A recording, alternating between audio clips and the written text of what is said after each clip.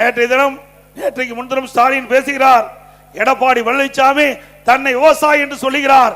விவசாயி என்று சொல்ல மட்டுமல்ல, விவசாயி என்ற பச்சை துரோகி என்று சொல்லி இருக்கிறார். ஸ்டாலின் அவர்களே, விவசாயத்தை பற்றி உங்களுக்கு என்ன தெரியும்?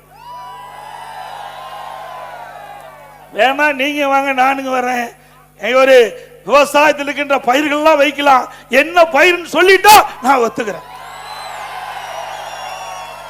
என்ன பயிர்னு தெரியாது, என்ன தானியமும் தெரியாது. அப்படிப்பட்ட முதலமைச்சர் என்னை பற்றி பச்சை துரோகி விவசாயி என்று சொல்கிறார். ஏங்க, இன்றைக்கும் நான் விவசாயம் தான் செய்து கொண்டிருக்கின்றேன், வேளாண் பணி தான் செய்து கொண்டிருக்கிறேன். ஸ்டாலின் அவர்களே, உங்களை போல சேலத்துக்கு வந்து அந்த சேசன் சாவடி பகுதியில் நமக்கு நாமே திட்டம், அந்த திட்டத்தில் ஸ்டாலின் வருகிறார். சேலம் மாவட்டத்திற்கு வந்து கரும்பு தோட்டத்தில் கான்கிரீட் தோட்டு போட்டு கரும்பு தோட்டத்தை பார்வையிட்டார்.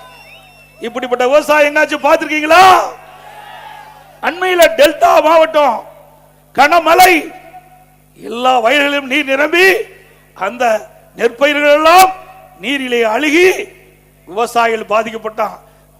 ஓடோடி வந்து டெல்டா மாவட்டத்தை பார்வையிட்டேன். ஆளுங்கட்சி என்று பார்க்கவில்லை, எதிர்கட்சியா இருந்தாலும் விவசாயிகளுக்கு தேவையான உதவிகளை செய்ய வேண்டும் என்ற அடிப்படையில் அண்ணா திமுக, ஆளுங்கட்சியா இருந்தாலும் எதிர்கட்சியாலும் மக்களுடைய பிரச்சனை வருகின்ற பொழுது ஓடோடி மக்களுக்கு உதவி செய்கின்ற கட்சி அண்ணா திமுக கட்சி. அந்த அடிப்படையில் டெல்டா மாவட்டம் போனேன். ஆனா இங்க இருக்கின்ற முதலமைச்சர் திரைப்படம் பார்க்க போறார். திரைப்படம் பார்க்க 3 மணி நேரம் செலவழிக்கிறார். ஓட்டு போட்ட மக்கள், ஓட்டு போட்ட விவசாயிகள், ஓட்டு போட்ட விவசாயி தொழிலாளி அதை பார்ப்பதற்கு நேரம் இல்ல. அங்க தலைமைச் செயலகத்தில் ஒரு ட்ரேல அந்த அழுகி போன பயிரெல்லாம் வைத்து முதலமைச்சர் காட்டுறாங்க. இவரா முதலமைச்சர்? இவரா நாட்டு மக்களை பார்க்கிறாரு? இவரா விவசாயினுடைய உதவி செய்யக்கூடிய முதலமைச்சர்?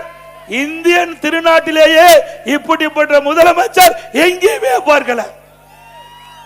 எங்கேயாவது ட்ரெயின்ல வச்சு பார்க்கிற நிலை இருந்திருக்குதா? சொல்லுங்க, உண்டா?